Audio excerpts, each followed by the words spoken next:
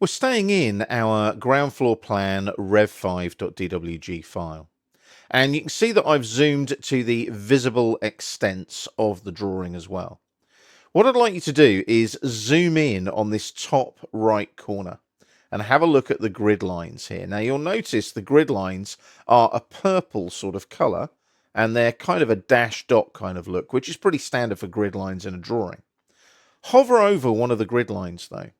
You'll notice that it's by layer for color. It's on the layer Z030M grid, but it's using an individual line type for each individual grid line. Can you see that? Grid line 1, 2. Line type there should really be by layer. Now, what we want to do there is change all of the grid lines rather than just one at a time.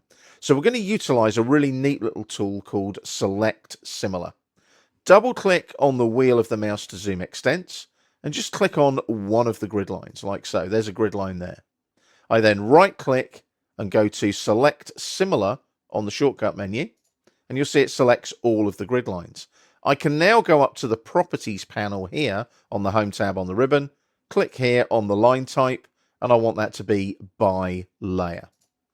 Job done. So they're now all using a by layer setting. If I hit Escape a couple of times, hover over one of those grid lines, can you see now it's by layer for color and by layer for line type. But here's the problem we have. The line type for that particular layer is the continuous line type. It's not the grid line type. So we go to the Layers panel and Layer Properties.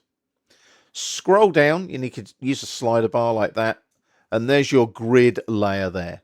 As you can see, it's using a continuous line type. Click on the word continuous, change that to grid line 1, 2, and OK it like so.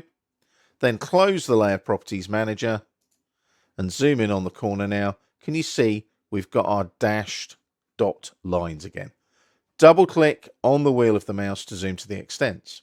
Now the reason I've got you to zoom to the extents is when you look at these grid lines, they look like they are actually continuous lines, but they're not.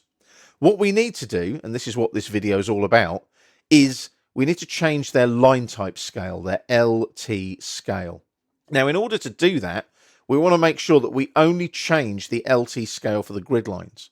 We don't want to change the LT scale globally, because you'll notice I can just type LT scale like that and press enter, and I can change the line type scale factor globally for the whole of the drawing. If I change that from 1, all of the dashed and sort of dash dot lines in the drawing would adopt that global line type scale factor. Now we don't want that.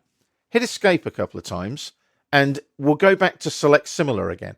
So I'll select one of the grid lines, right click and select similar like so. So they're now all selected.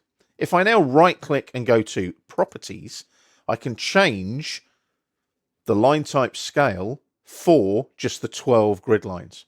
So I'll change that line type scale there to say 20, press enter, close the properties palette, hit escape a couple of times, and now those grid lines are a lot more obvious in your drawing because you've changed the LT scale and you've also set all of the settings to by layer to make things much easier when you need to select those grid lines and make changes to perhaps color, line type, or line weight.